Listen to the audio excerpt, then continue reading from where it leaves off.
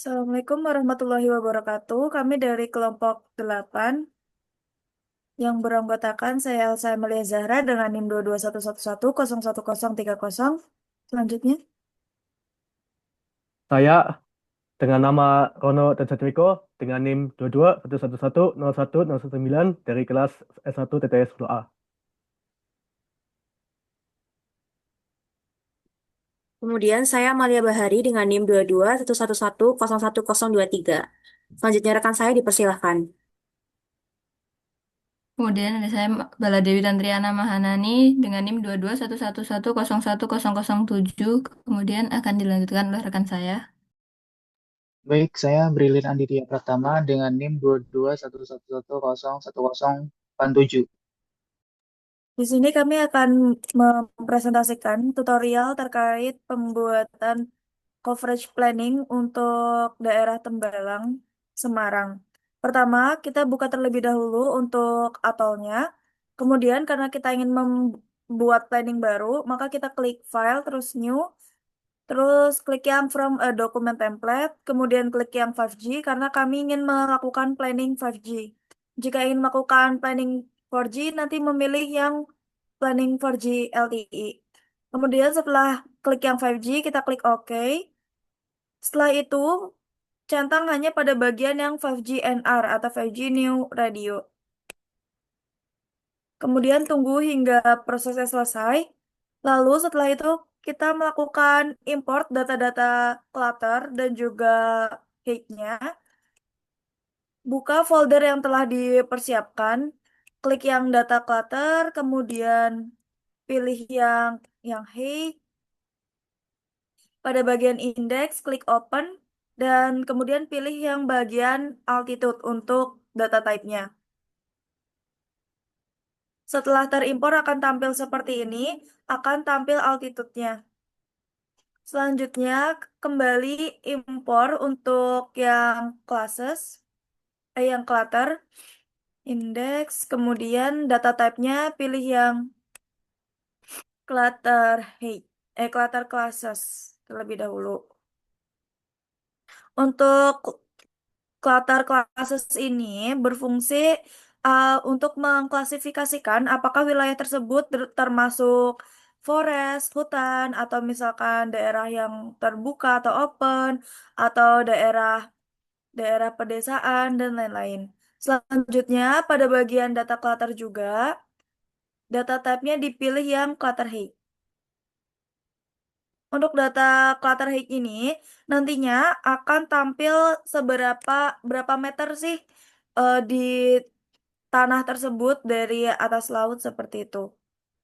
Sini untuk selanjutnya import petanya. Karena kami akan melakukan planning di Tembalang atau Semarang, maka kami melakukan import datanya yang mapnya map Jawa. Buka satu persatu dan melakukan import.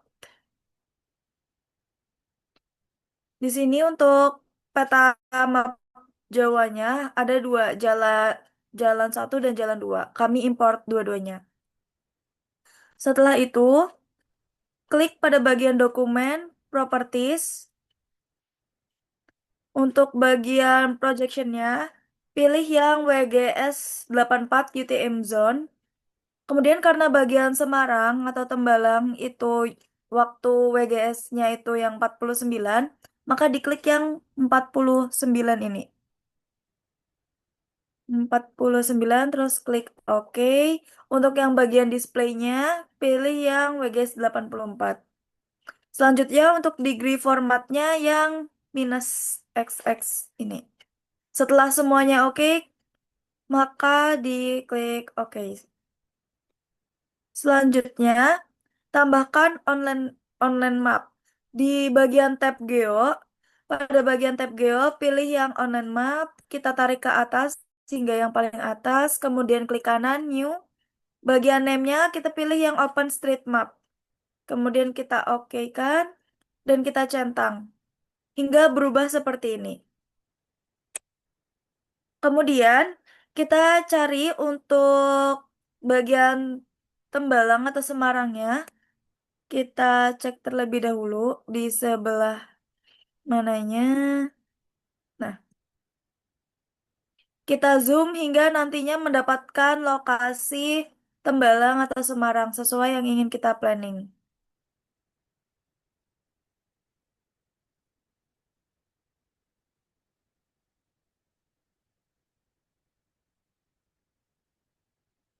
Nah, untuk map Tembalangnya sudah ketemu. Untuk selanjutnya kita akan mulai mempetakan mempetakan map Tembalang ini. Nah, dengan cara nanti pada bagian computation zone sebentar.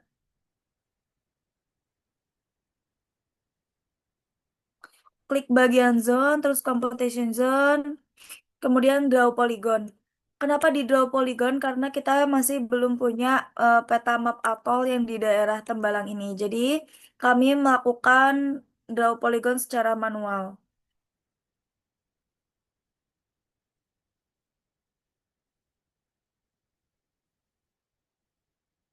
Setelah klik computation zone, terus draw polygon, kita mulai gambar sedikit demi sedikit.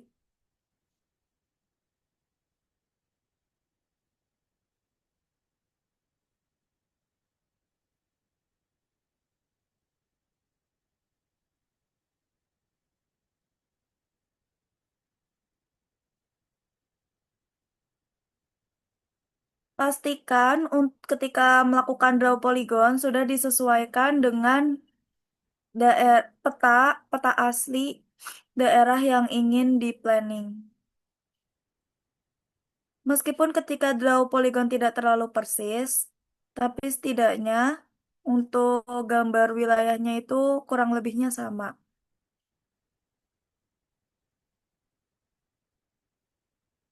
Nah, setelah dilakukan draw polygon, kemudian kita mulai melakukan setting. Setting. Kemudian masuk ke bagian network, terus yang setting band frekuensi.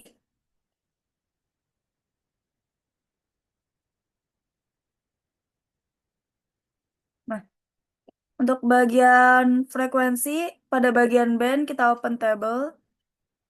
Nah, kemudian pilih yang band 41, Ultra 41. Kita kopikan saja, kemudian paste.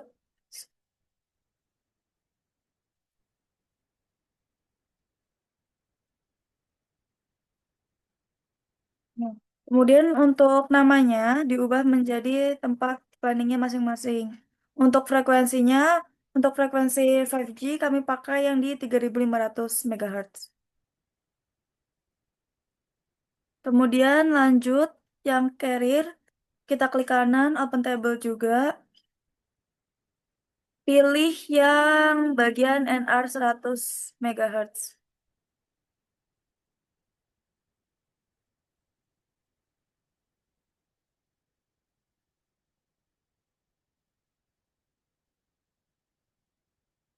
Hmm,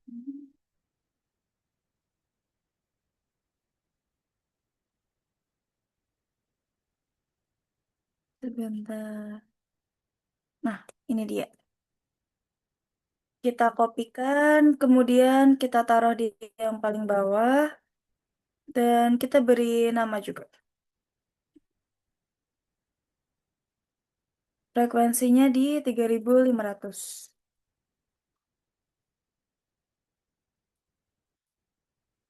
Untuk setelah itu klik apply, oke.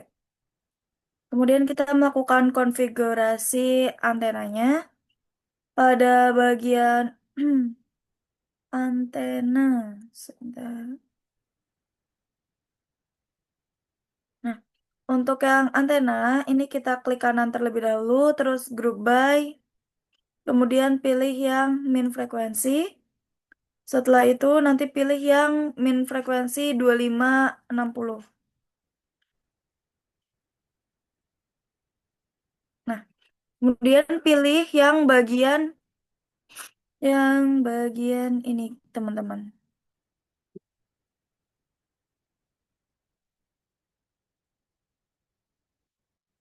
Kita rename jadi tembalang. Terus selanjutnya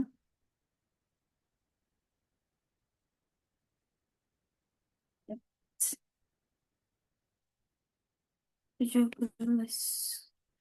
Gainnya diubah menjadi 17,5 dBi. Frekuensinya juga diubah jadi 3.500. 500. Apply, oke. Habis itu kita konfigurasi TMA, klik kanan, open table. Nah, ini kita copy saja dan kita pastekan. Untuk noise figure-nya kita isikan dengan 9, gain-nya di 17,5. Kemudian namanya juga diubah, apply, oke. Setelah itu konfigurasi feeder juga, open table. Kemudian pilih yang 7/8 ini.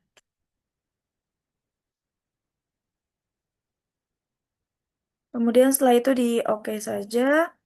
Kemudian setelah itu kita klik yang bagian transmitter equipment.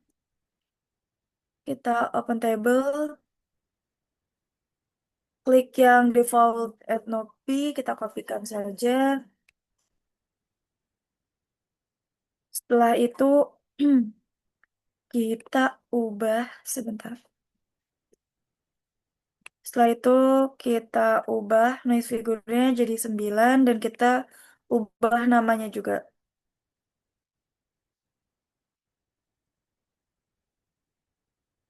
Propagation selanjutnya di propagation model ada di bagian atas. Kita pilih yang 3GPP.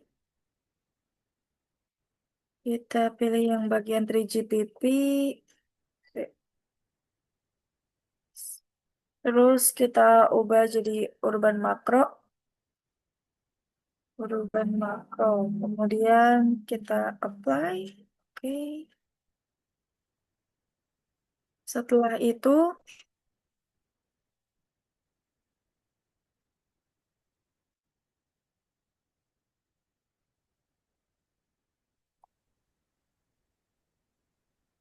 oke, untuk bagian feeder tadi sudah kita atur. Untuk namanya jangan lupa diubah. Untuk propagation model kita ubah jadi urban makro saja. Menyesuaikan tempat masing-masing. Karena untuk Tembalang itu termasuknya urban makro. Kemudian di stasiun template kita klik new. Klik new terus hexagon radiusnya diubah menjadi 133 meter.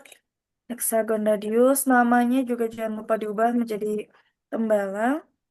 Kemudian untuk main main antenanya juga diubah jadi yang sudah kita atur tadi. Kemudian main propagation modelnya kita ubah menjadi 3GPP, extendednya juga sama. Untuk main radiusnya, main radius dan extended radiusnya ini main radiusnya 100, extended radiusnya di 50. Untuk main resolutionnya juga sama. Untuk transmission kalau oh ya kalau mau kita ubah juga. Sorry. Selanjutnya kita cek kembali apakah sudah sesuai. Jika sudah, kita cek. Oh ya, untuk main radiusnya saya buat di 200 meter aja. Untuk extended radius itu di 100. Jadi maksudnya main radius di sini untuk hexagon radius itu adalah nanti ketika si BTS yang bakal kita planning itu memancar. Memancarkannya itu dia pakai antena jenis apa, propagasi apa. Nah, kami ini memakai 3GPP, main radiusnya itu maksudnya daya pancarnya itu bukan daya pancar. Jarak pancarannya itu kita mencapai 200 meter dengan extended radius atau radius tambahan, radiasi tambahan itu di 100 meter. Lanjut untuk kemudian kita klik bagian transmitter, kita klik yang equipment, kita sesuaikan saja yang sudah kita atur sebelumnya di TMA, transfeeder, transmitter di yang sudah kita atur semuanya di tembalang. Kemudian feeder leg atau panjang kabelnya itu di 30 meter. Panjang kabel di sini bukan panjang kabel dari pelanggan ke BTS, tapi panjang kabel di BTS-nya itu sendiri berapa meter. Setelah itu kita klik commit, kita cek kembali. Untuk bagian ininya kita coba cek kembali. Jika sudah benar, maka sudah oke. Sebentar. Oke, kita klik apply dan klik oke saja. Nah, setelah itu kita buka kembali untuk mapnya. Kita buka kembali untuk mapnya, kita ubah di sini pakai yang tembalang atau yang sudah kita setting sebelumnya. Kita, sorry. Hmm, Oke, ini kemungkinan salah di bagian stasiun template.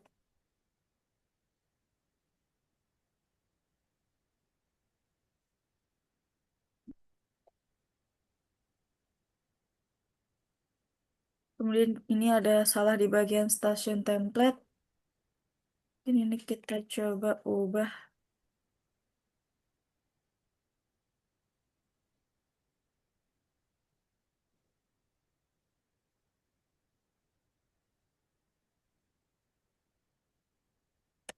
Oke, mohon maaf. Tadi ada sedikit kesalahan. Untuk bagian generalnya, di sini tadi ada kesalahan di main radiusnya seharusnya 267, extended radiusnya di 535. Setelah itu kita coba lakukan planning. Satu. Untuk planningnya nanti itu seharusnya menyesuaikan dengan hasil perhitungan link budget masing-masing. Jadi nanti akan dihitung berapa total site seharusnya dari suatu wilayah tersebut. Ini kita percobaan di 1, 2, 3, 4, 5, 6, 7, 8. Di 8 site terlebih dahulu. Kemudian setelah itu kita klik lagi untuk parameternya, kita lihat predictionnya, klik new prediction, FGNR, downlink coverage. Oke. Di bagian display nanti kita coba pilih yang SSR SRP, kemudian klik apply, calculate. Ini nanti akan muncul pilihan suruh save dokumen, nanti di save aja, tidak apa-apa. Nah, ini untuk melihat SSR SRP itu untuk melihat apakah kekuatan sinyal yang ditransmisikan itu seberapa kuat. Nah, selanjutnya kita lakukan prediction lagi untuk SS SINR-nya. SINR-nya untuk melihat bagaimana kualitas sinyal yang dibandingkan dengan eh, noise rasio noise-nya. Di sini nanti kita pilih yang SS SINR, klik yang apply, calculate. Nah, agar tidak bertubrukan, maka ketika ingin melihat salah satunya, maka yang bagian sebelah kiri ini kita centang salah satu aja. Kemudian kita klik show histogram. Nah, kemudian dilihat pada bagian min, kita mendapatkan SSRSRP-nya sekitar 53,44. Dan untuk SSSINR-nya, kita lihat pada histogram juga, sekitar 4,92. Yang nantinya akan dibandingkan dengan tabel KPI, apakah ini planningnya sudah cocok, sudah sesuai, atau belum sesuai dengan standar planning 5G. Demikian yang dapat kelompok kami sampaikan. Mohon maaf apabila terdapat kesalahan kata maupun perbuatan. Terima kasih. Wassalamualaikum warahmatullahi wabarakatuh.